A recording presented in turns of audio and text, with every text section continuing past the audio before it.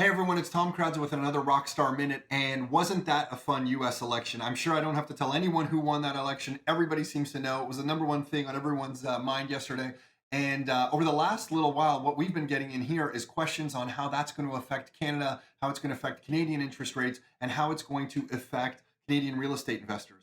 And a lot of the media are having difficulty forecasting what a Trump wins from an economic policy point of view because he really, they believe, hasn't shared many details of how he's going to act as president. But we would beg to differ on that. If you look at his acceptance speech, there's a paragraph in here that gives us an excellent clue on what his policies are going to be. I want to read this paragraph to you. Here's what he said a couple nights ago now. He said, "We are going to fix our inner cities and rebuild our highways, bridges, tunnels, airports, schools, hospitals. We're going to rebuild our infrastructure, which will become, by the way, second to none.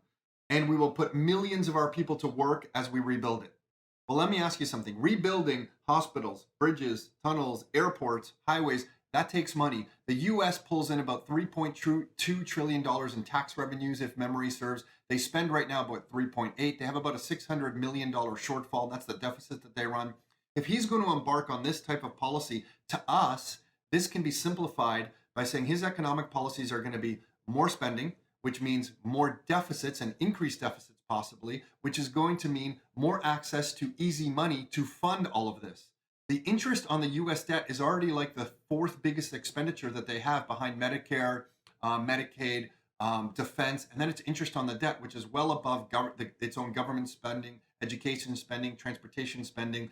So to us, if you're going to run more deficits for longer and possibly grow them to do all the things he's talking about, this means low interest rates. Even though we can all expect a small interest rate increase in December from the Fed, they've kind of forecasted that pretty strongly. This doesn't look like it's going to be a constant escalation of interest rates when these policies come into place. So this could change. We don't know anything he's doing just yet. We're going to be watching really closely, especially in his first 100 days as president, what he lays down. And it will be super interesting to see who he decides is going to be his Treasury Secretary. There's some mention that it's going to be an ex-Goldman Sachs banker.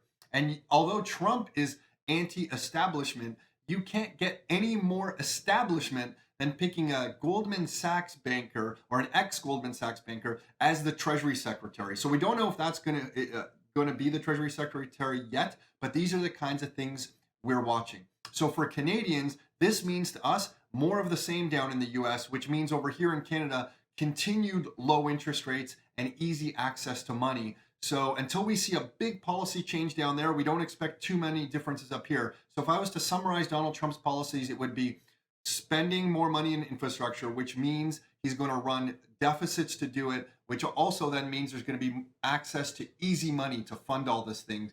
So although he's maybe very different, the economic policies look like they're very much of the same moving forward.